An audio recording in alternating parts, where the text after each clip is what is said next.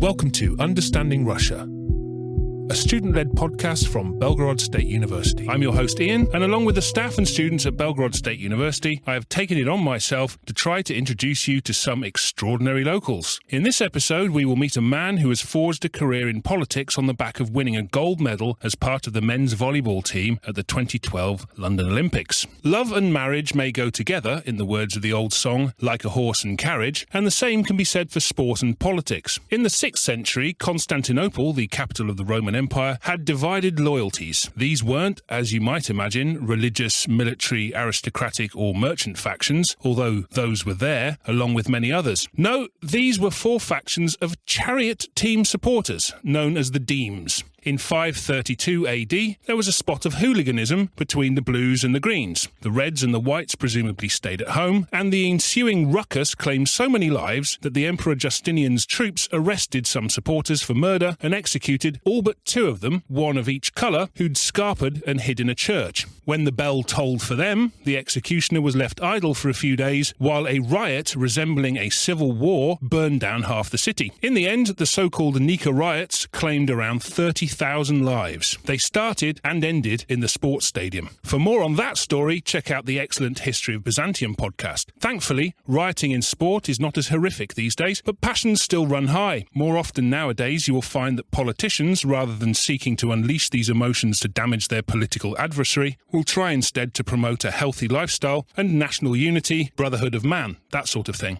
This is a recent thing, though. Early psychologists characterised sport as war without the shooting. And there's the commercialisation of sport. An unwillingness of sponsors to be associated with negative behaviour has enforced a culture of the shopping mall on sport. Enthusiastic consumption has replaced violent confrontation in all but the most ardent sporting corners of the world. Sport is still a very big deal, and is still manipulated by the powerful to their own ends. For those that participate in elite sports, the popularity achieved during their careers creates for them a special influence in society. While it is true that our sports heroes often have flaws, these are overlooked in favour of the simple everyman narrative. Someone is born poor, and through hard work and talent, they make it to the top and make their fortune. This is certainly true of Taras Khtey, an extraordinary man, as you will find out. The question that faced Taras and all athletes at the end of their career was how to monopolise on all that cultural capital. In his case, he had made up his mind well in advance of the 2012 Olympics, but for many others, options are limited to coaching their sport or doing something tangentially associated with it. The thing is, while politicians may be attracted to sport for the obvious, though often awkward populism that can be gained from it, the attraction of politics to the sports star is somewhat less obvious. The phenomenon of the sports star in politics is as old as sport and politics. A few contemporary examples include Sebastian Coe and John Prescott, a runner and a boxer respectively, and adversaries in the British Parliament. Jim Bunning was an all-star pitcher in baseball before going on to be United States Senator. Everyone knows Arnold Schwarzenegger was an actor, but did you know that he was a bodybuilder and the governor of California? The most successful of the lot was a man who I pestered for an autograph on the boundary of a first-class cricket match in the 1980s. Imran Khan is now the president of Pakistan and is probably still nice to annoying children. Sport makes relatively few people wealthy, despite the ridiculous amounts paid to footballers, and former athletes mostly work like the rest of us. Taras is working at the volleyball club that he retired at here in Belgorod. It's called Belagorje. Volleyball is bigger than football in our little city, and the biggest and newest sports stadium completing construction, opposite our wooden cathedral, will be the new home for Belagorje. Taras's club has won the Russian League and Cup 8 times apiece, and the World Club Championship once in 2014. The glory days seem behind them, with no trophies for 5 years as we record this, but Taras and the team are in the process of rebuilding. Well,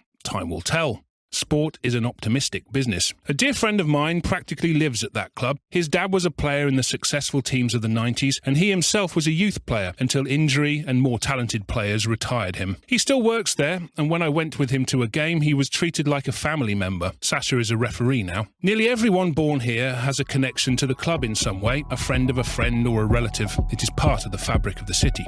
You're listening to Understanding Russia. On to the interview. Dmitry and Taras discuss something that is familiar to them, but that might need a little explaining for the uninitiated. A Duma is a Russian parliament or congress. We have them at state or regional and federal level, that is to say, a national parliament. There is no equivalent in the UK. Maybe the Welsh Assembly or the Scottish Parliament is equivalent in size and power to a regional Duma. They are a cross between a US state congress and its Senate. They have control over policing, sanitation and local business. It is not the city council of Belgrade, that is what it sounds like. Incidentally, the Russian for council is Soviet, just in case you ever wondered. And while we're on it, Duma is the Russian for place of consideration, whereas the English Parliament is a French word meaning place of talking. Who knows, if the place where we decide important matters was called a place of listening, we might all be better off. But I digress. I am a teacher and I couldn't help myself. You obviously wear a few hats, but which one fits you best? Volleyball player, a member of the regional Duma, or what? Well, you know, these hats were required in different periods of my life. When I was still playing, Olympic champion always sounded nice. I was very lucky that it happened to me. Nowadays, I'm more of a public figure. I try to popularize sports and help people solve problems I have had to deal with in the past, and there are plenty of those. What are your responsibilities as a Belgorod volleyball club manager? What does your day look like? That is a good question. Very timely, actually, as February is the month when we recruit and plan the team. We are building the team for next year as our place in next year's championship depends on it. In professional sports, the composition of your team plays a crucial role. From the moment I wake up, I'm receiving constant calls. I may answer my phone 100 times a day. For example, today I rose, ate breakfast, talked to my wife about her plans for the day, drove to our regional administration, presented my report on the development of mass sports in our region, as I'm the president of the Regional Volleyball Federation, and now I'm here talking to you. And after this interview, I'll go and take care of my manager duties. When I'm done with that, I think we will have to have a family supper, and then, of course, I will spend time with my children. I always try my best to dedicate at least 2 hours in the evening to my children, find out how their day was, what's new in school. My youngest is only 5, so she is in kindergarten, so her tales are very interesting. Her imagination is very vivid. I try to go to bed by 11, so I have time to rest for the next day. At least that's the plan for today, if everything goes without a hitch.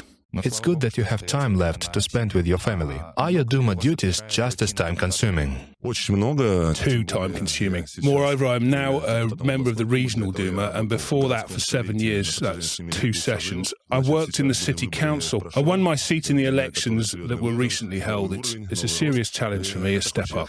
I tried to be useful to the community. Many of our citizens have problems. They trusted me, gave me their vote, believed in me, and put me in this chamber of the Russian parliament, so I spend a lot of time and energy on public activities. I understand that it's necessary. Every issue, every problem has its own intricacies that require special attention. If a person comes to me, it means I am their last resort. As a rule, if a citizen comes to a deputy or an MP of some kind, it's already a cry for help. Maybe they're fed up with red tape, or some official didn't understand them, or they think they have not been treated fairly. It's our duty to get to the bottom of their problems. There are deputy inquiries and official phone numbers one can always call to try and sort everything out. We also can help with the legal side or more complicated issues. I always try to help. They need my help. Okay, we'll return to this later if we may. So, when did you move to Belgorod? I started coming here on a regular basis in 2002. However, I actually moved here only 8 years ago. I settled down, put down roots, built a house, planted a tree. We had a son to go with our 4 daughters. Yes, it was about 8 years ago when I moved from Moscow to Belgorod. And why did you move to Belgorod?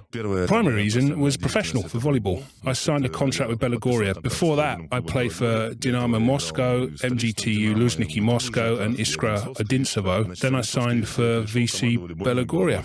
What was your first impression of the city?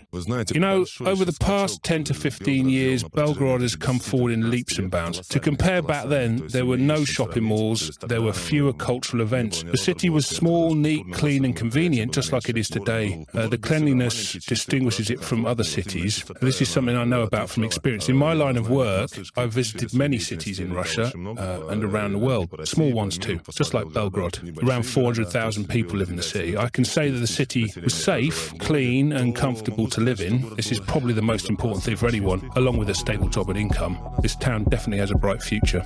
You're listening to Understanding Russia. When did you first become interested in sport? When did all this start?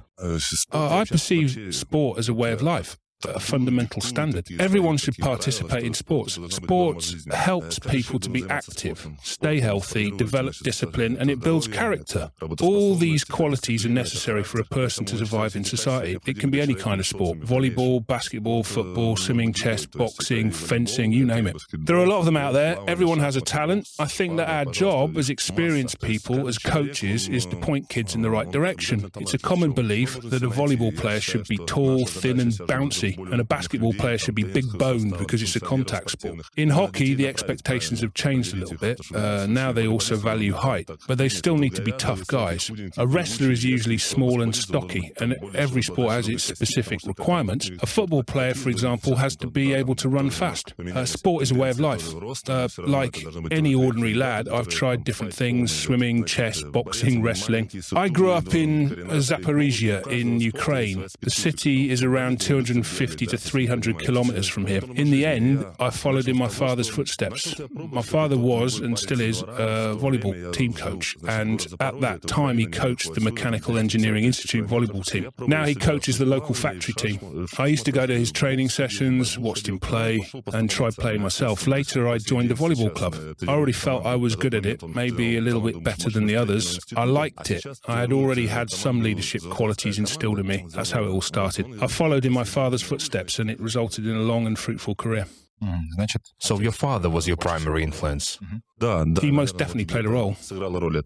As you've mentioned, you need to have the right body type to suit a particular sport. You have an outstanding physique. What kind of sport would you have chosen had you not opted for volleyball? Obviously, I wouldn't succeed in martial arts. I don't have the right body type. I'd choose basketball. I would love to have played in the NBA. I think with my coordination, my speed of thinking and my physique, I could have done well there. What profession would you have chosen if you hadn't succeeded in volleyball? Well, I mean, who knows?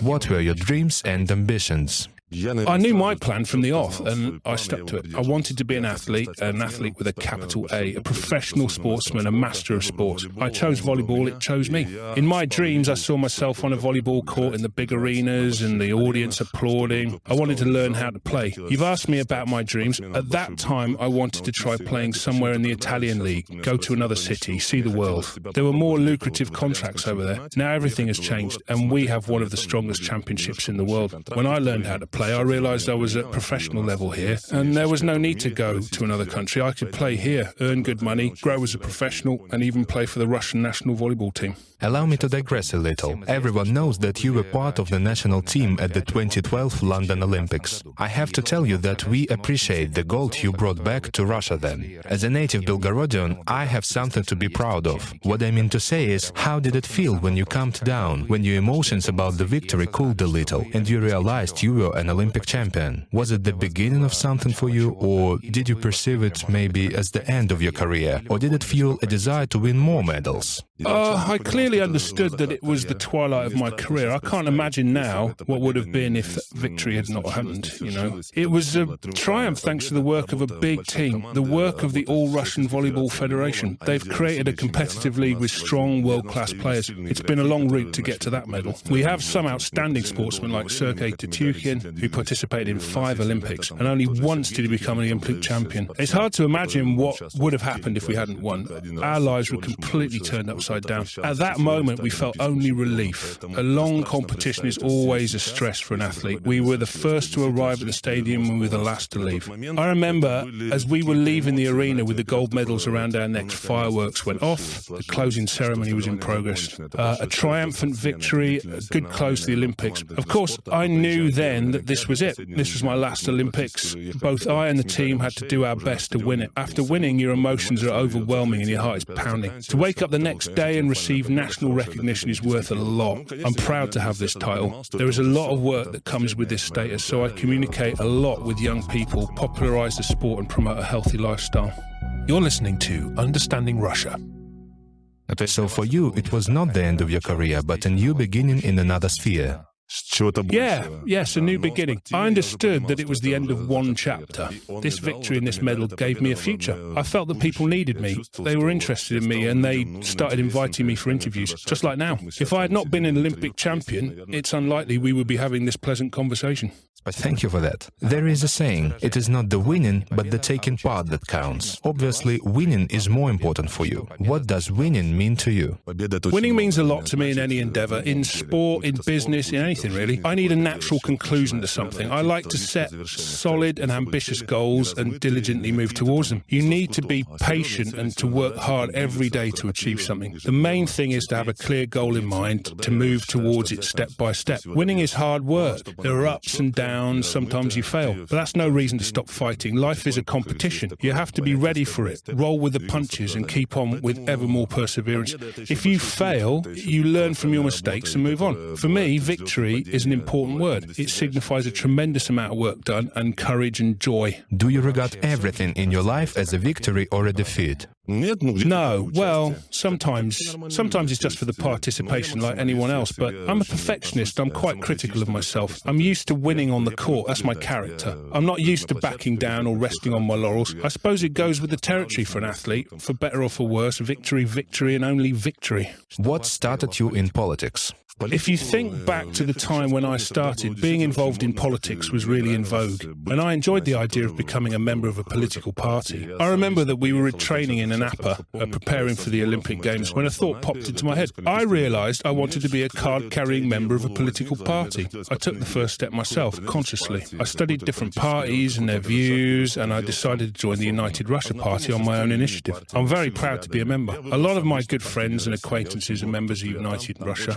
I've been a member for 10 years. It was a good move. When I took part in the Olympic Games, I was already a party member. I remember I received a plastic identity card when I joined. I carried it with me and showed it to everyone. It brought me great joy. I've never regretted my decision. I do my work. I move our society forward. I feel like I'm making a difference. Back then, you thought carefully about your decision and became a member of the United Russia Party. And now you have become a member of the Belgorod Regional Duma and know what politics is about. Do you still find it interesting? Yes, very interesting. I'm the kind of person who can't just stand on the sidelines. I have to be involved. This is partly about sport. The state is now setting some serious targets. They want to ensure that children and society as a whole start doing sport. They want to increase the number of people participating in sports from 40 to 60%, for example. It's a tremendous job to motivate children and adults to do sport. I consider this my mission, and I'll focus on this for the next 5 years. As the saying goes, if not us, then who? We have to communicate with children, talk to them, tell them our story. It's clear that not everyone can become Olympic champions, but everyone should do sports and shape up. Believe me, sports will definitely come in handy in your life. As for politics, as I said, I've been in politics for 8 years. I chose this path myself. For me, sports and politics go together. Again, it all depends on the person, whether it's for you or not. But I chose this path myself after the Olympic Games when I felt that society needed me, that people needed me. I felt that I was being invited places and welcomed everywhere. Let me tell you a story. I came back from the Olympic Games to my place on Pishanaya Street, and it's behind the Hotel Belagoria. I had my house built there, not far from here. There was a huge pothole in the only road out of our residential area. It was full of water, like a pond. And in order to cross this pond, you had to walk knee-deep in water. Those who had a car were luckier, but I witnessed how children and women with buggies had to cross this pond, and my heart bled. This problem hadn't been fixed for 2 years, although it required no serious work, just a simple storm drain. I managed to fix it with one call. People were reacting like, "Hooray for Taras, the Olympic champion," and it was all fixed. And the residents of my street said to me, "Taras, why don't you go into politics if you have this kind of access and this kind of influence? This way you could do a lot of good for people." I was fired up. I talked to my wife about it and she said, "Why not?" So I combined the last 5 years of my sports career with political work, visited city council sessions, helped people, engaged local citizens. That is to say, I did what I could to the maximum of my ability, and it all went amazingly well. So you were already engaged in politics and well prepared for it, and then you simply made it official. I mean, you already had certain amount of influence, acquaintances and connections, and that helped you a lot. Yes, our city's small. When I came back from the Olympic Games, I was wined and dined by the city's movers and shakers. Either I was invited somewhere personally, or I was a guest at a big event. Over time, I have accumulated a wealth of knowledge and acquaintances. I mean, for instance, I could look at my contacts right now, call the head of the office for the provision of urban amenities, and he would be ready to cooperate with me and help me as much as possible. That's just an example. It's nice to be able to handle things so quickly. That's a good question. What are your political ambitions? My big dream now is to progress my career.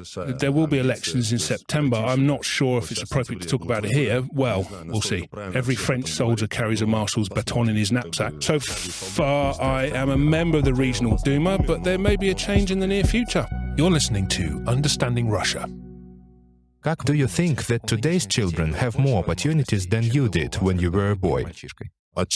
Yes and no. It all depends on how well off the family is. I grew up in an ordinary family. I didn't have anything fancy like trainers, knee pads or special kit that's affordable for most kids today. But then I also know many children these days who can't afford these things. I personally know about large families and children who need help. It's a complicated matter. Has there been a shift though? Are there more children now who have more opportunities than there were then? Well, let's look at it from my point of view. Let's. When I was 12 years old, my grandmother left for the USA to work as a nanny in order to support our family as best she could. I walked her to the tram stop but didn't have any footwear. I didn't have sandals. It was summer, my sandals were worn out, so I went barefoot to the tram stop to bid farewell to my grandmother and see her off. I grew up in a low-income family. My parents separated when I was 5 years old and my brother and I lived with my mother. My mother was a physical education teacher, an ordinary teacher. My grandmother worked as a trolley bus driver for 20 years and then she left for America.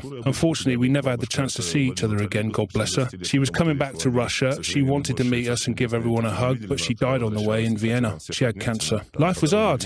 Our father would show up from time to time and then disappear. It's better now. We have a warm and friendly relationship. It wasn't easy for me, but I was really motivated to do sports. Maybe that was what pushed me towards the elite. Maybe it was the social ladder that I climbed. After all, I understood that all I had was my personal skills and that my only way to success was through volleyball. Do children have more opportunities now? I think they do. There are sports halls and recreational complexes. There are people who are engaged in developing their talents. Things are different now. There are computers and we have the internet. Kids are more preoccupied. They spend more time staring at screens. Cybersports are a thing now. We see how huge their fan base is. The situation is a little ambiguous here, but children today have every necessary assistance when it comes to engaging in popular sports, and you better believe that we are doing all we can at state level as well. I didn't experience it personally, because I wasn't alive then. But as far as I know, the general circumstances in which you grew up were difficult and disadvantaged. Ordinary people had it rough in those days. Did you feel that your opportunities were limited on a personal level? You mentioned sports equipment. Did you feel that lack? Or did you not even know you could buy that kit in those days? I knew about it and dreamed about having it. When I was able to buy knee pads for $15, I was over the moon. I wore them until they had holes in them, and even after I should have tossed them. You can't imagine what they looked like. Of course, I had nothing, so I daydreamed a lot. Then I moved to Moscow. That was a bit later. I finished years 8, 9, and 10 and 11 of my schooling in Moscow. When I was 16, I bought my first Asics trainers. I was overcome with excitement and felt like a superhero, so back then, even simple things made me happy. Was it hard to train during that period? What difficulties did you experience in addition to having no money and no kit?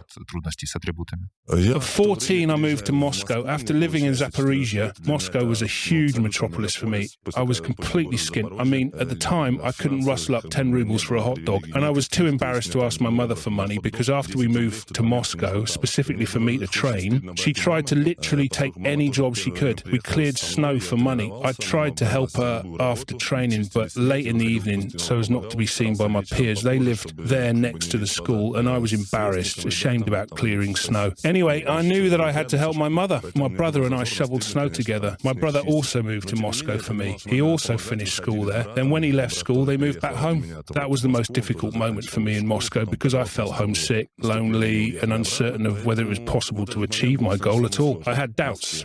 My mother always kept saying that she saw how determined and focused I was and how I trained and grew. When we moved to Moscow without having our own place to live, it seemed to me that I could easily let my family and friends down. They suffered for my sake. In Zaporizhia, at least we had a small flat and we could scrape a living. Although it was modest, we were comfortable there. But in Moscow, we had absolutely nothing. My mother did retail security at night, and during the day she shoveled snow in order to earn money to look after my brother and me. It was a very hard, extremely hard life. But I became accustomed to it over time. Then they left and I received my first money. The The coaching team granted me a small allowance. Bauman, Moscow State Technical University team. I'm very grateful to Yuri Vasilyevich Nichesky, my first professional coach. I am also grateful to Olga Yurievna Verbova, my first ever coach, who worked with me when I was a child and sent me to Moscow. I developed my personality during that period of time. It was challenging, but I managed to pull through. Do you miss that time? Yes, of course, as any kid would miss their friends and best years of the senior school. Unfortunately, and to my shame, I haven't attended any alumni meetings yet. I was always too busy. I'd love to meet my classmates and see how they've changed, but these meetings, I usually can't get away from work to go to Moscow for these reunions. Of course, I have a certain nostalgia for those times. They were fascinating. Despite the fact that it was hard? Absolutely. When I think back now, it's with fondness. Yes, there were challenges. Yes, it wasn't easy, but nothing is easy, even now. So we're almost finished. Apropos of nothing, what do you like most about Russian culture? Russian culture, the Russian soul. I like the good old traditions. Everything is moving towards digitalization, IT and machines, but I like simple pleasures. I love nature, a Russian banya, the Russian soul, Russian cuisine, borscht. I love it. I love to get away from it all and leave the hustle and bustle behind. Picture this, a river, a hamlet, a banya, food, friends and all that sort of thing. Russian traditions.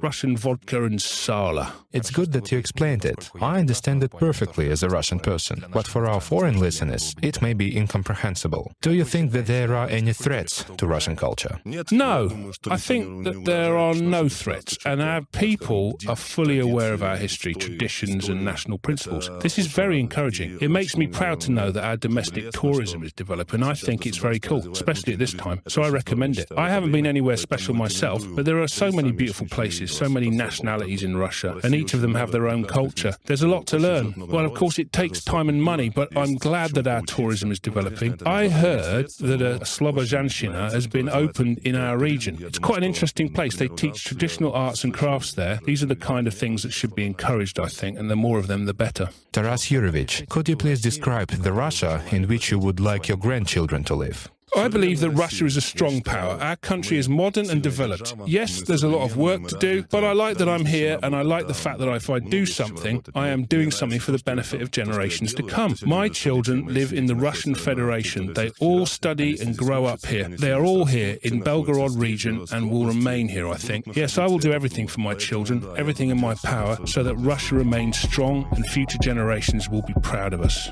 You're listening to Understanding Russia. Two things that Taras and Dmitry mentioned at the end are banyas and sala. The former is a Russian version of the sauna or Turkish bath, and sala is the fattest part of bacon, often with little or no meat, that is cured by smoking or salting and mixed with spices in the process. It is eaten with garlic and dried fried bread and washed down with vodka. If you do this whilst having a banya, then you are on the road to truly understanding the Russian soul. Learning the balalaika and buying a pet bear are optional. Thank you for listening to Understanding Russia. If you want to contact us, you can get in touch with us via our website at urpod.net, where you can find all our social media links, or via email, understandingrussia@gmail.com. We will be very happy to hear from you. You have been listening to Understanding Russia, a student-led podcast from Belgorod State University.